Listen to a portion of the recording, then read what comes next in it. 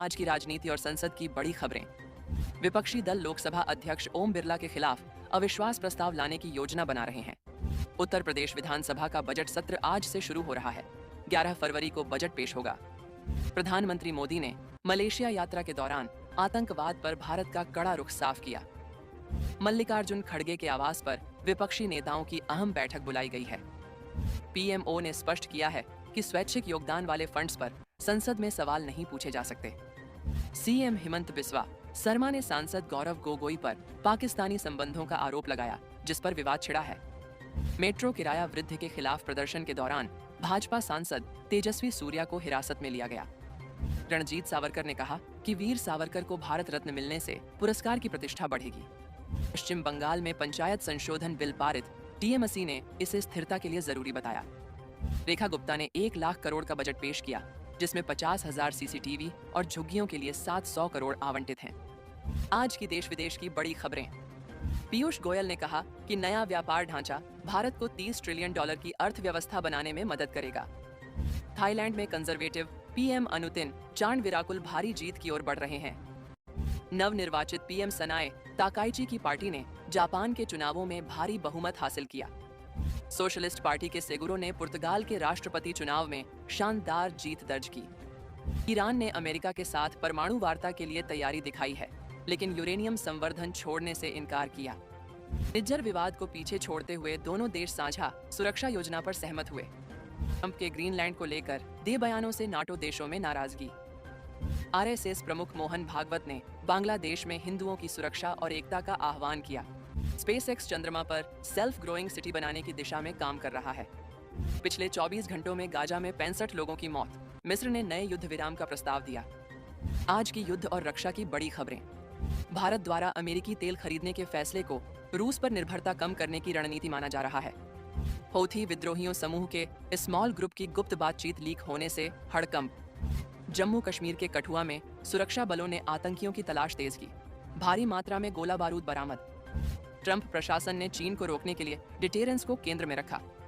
JF-17 निर्यात के दावों पर अंतर्राष्ट्रीय विशेषज्ञों ने सवाल उठाए। आज की क्राइम और न्याय की बड़ी खबरें। पूर्व विधायक कुलदीप सिंह सेंगर की जमानत अर्जी पर आज सुप्रीम कोर्ट में सुनवाई। पश्चिम बंगाल में SIR को लेकर टीएमसी की याचिका पर सुप्रीम कोर्ट आज सुनवाई करेगा। बिहार में महिलाओं की सुरक्षा को लेकर आरजेडी ने नीतीश सरकार पर हमला बोला।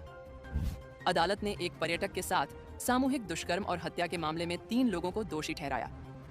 शौच को लेकर हुए विवाद में एक दलित युवक की आंख में मोटरसाइकिल की चाबी घोंप दी गई। खेती और मौसम की बड़ी खबरें।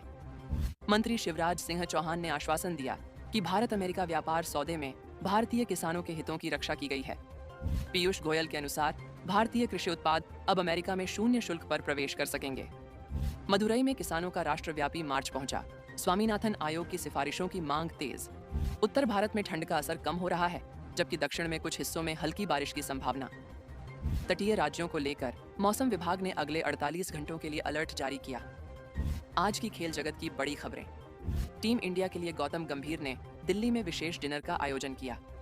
पाकिस्तान का भारत के साथ मैच न खेलने के फैसले पर आईसीसी प्रतिनिधि लाहौर पहुंचे। अल जजीरा की रिपोर्ट के अनुसार भारत की वित्तीय ताकत विश्व क्रिकेट को नया आकार दे रही है।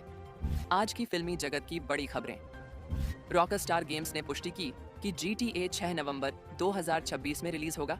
इसमें जनरेटिव AI का उपयोग नहीं होगा।